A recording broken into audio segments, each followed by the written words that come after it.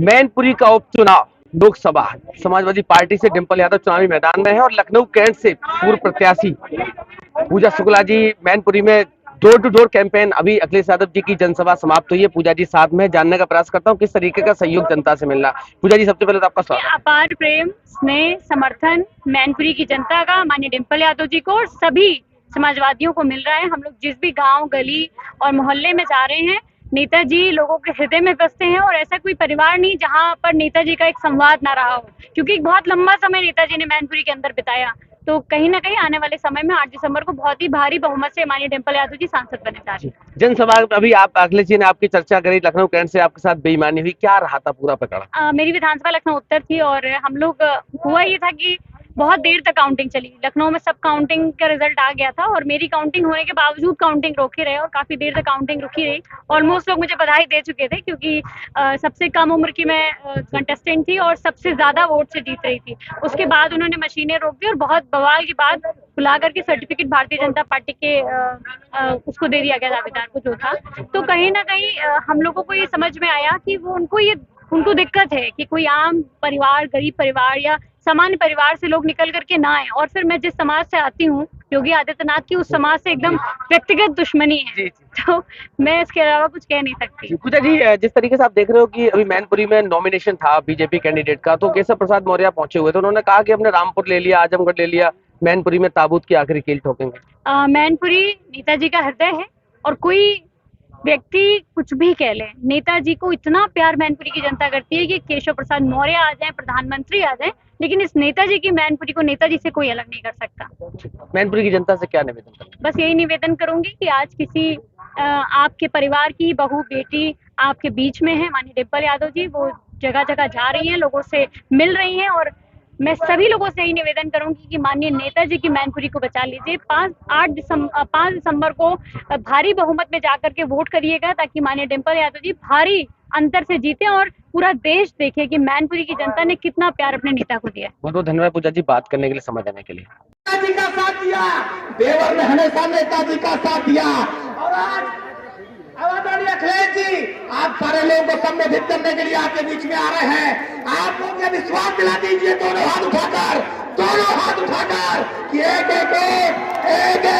डिंपल यादव को देकर आदरणीय अखिलेश यादव जी को विजयी बनाएंगे। मैं ये जो हमारी बहनें आज यहाँ पर आई है, राष्ट्रीय अध्यक्ष जी,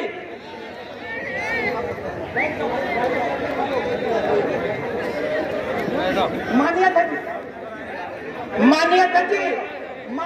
जी, ये जो बहन बेटियां आई है बीएससी एमएससी की, ये कह रही हैं ये अपना सपना, इनकी आंखों में जो सपना है तरक्की का, वो सपना आप पूरा करेंगे, वो सपना अखिलेश यादव जी पूरा करेंगे। ये सच्चाई और आप सबको संबोधित करें आदरणीय राष्ट्रीय अध्यक्ष जी। धरती पुत्र मुलायम सिंह, अखिलेश यादव, डिंपल यादव, अखिलेश यादव, बटन हमारी कहाँ दबेगी, बटन हमारी कहाँ दबेगी, बटन हमारी कहाँ दबेगी।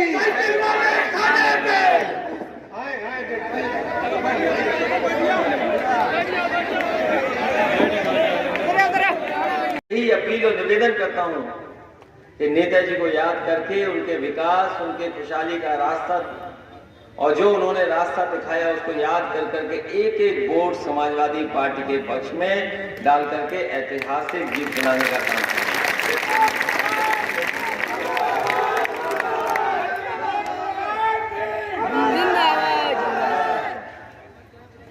नेताजी के बारे में बहुत लोगों के साथ यादें जुड़ी हैं। जो लोग फौज और नेताजी के बारे में जानते होंगे उन्हें याद होगा, एक बार नेताजी को जब सियाचिन जाना था, बड़े बड़े अधिकारी और फौज के लोग आए, उन्होंने कहा नेताजी आप सियाचिन जा रहे हैं, बहुत सर्दी का इलाका है, -40 डिग्री का टेम्परेचर है, इससे ज्यादा भी हो जाता है, लेकिन अगर आप धोती कुर्ते में जाएंगे तो दीक्षित जी, फोन नीचे कर लो, मनोज दुबे जी, बटेश्वर नाथ त्रिपाठी जी, ज्ञा प्रसाद दीक्षित जी, भैया लाल दीक्षित जी, ब्रिजेश तिवारी जी, हरिओम ऋषि, अंकुर दीक्षित जी, पूर्व विधायक पवन पांडे जी, अध्यक्ष मुजिया भानी प्रदीप तिवारी जी, पूजा शुक्ला, रोहित शुक्ला, कमलेश दुबे जी और समाजवादी पार्टी से कई बार रहे सांसद और जिनको आपने कई बार वोट दिया होगा, आदरणीय चंद्रभूषण जी, यहाँ पर उपस्थित समाजवादी पार्टी के सभी नेता, पूर्व विधायक आलोक साकी जी, उपस्थित हमारे सभी अग्रणी बुजुर्ग, माताएं, बहनें, पत्रकार साथियों, मैं सबसे पहले आप सबका बहुत बहुत धन्यवाद और आभार प्रकट करना चाहता हूं।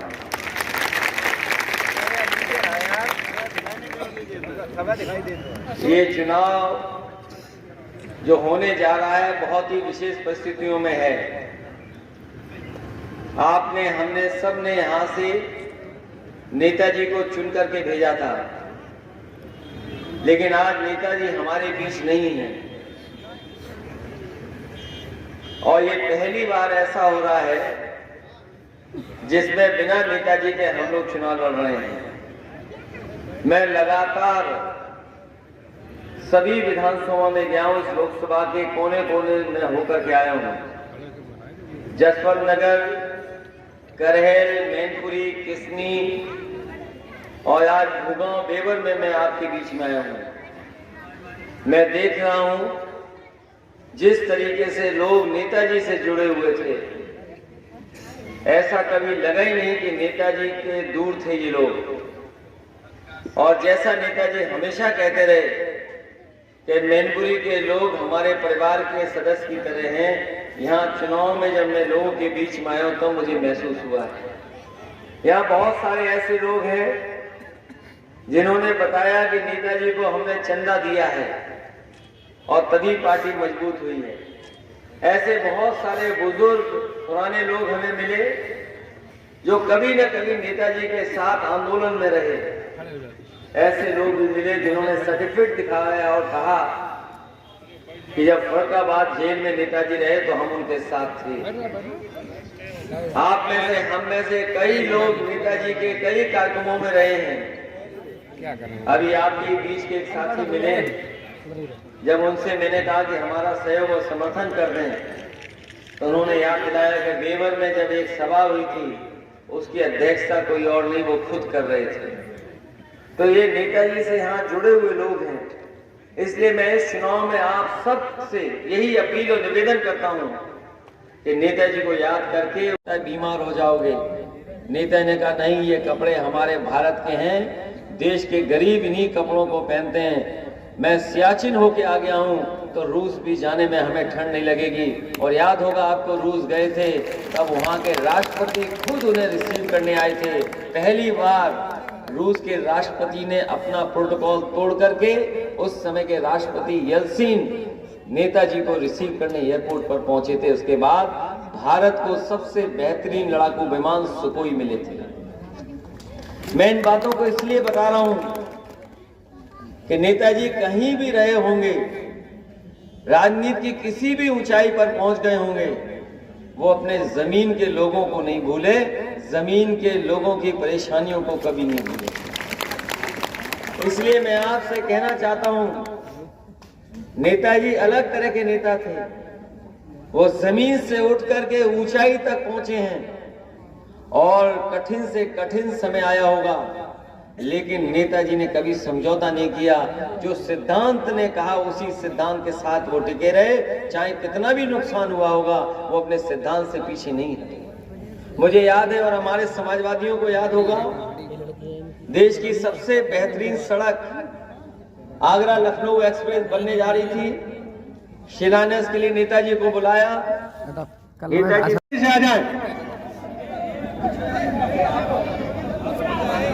एक मिनट अध्यक्ष जी, बैठियो, आप बैठे रहो। अध्यक्ष जी गाड़ी पे आ रहे हैं, फोटो खिंचाएंगे आपके साथ। आप वहीं व्यवस्थित रहो। आप सोचो कि आपको कैसा नेता मिला है जो आपके पास तक चल के आ रहा है।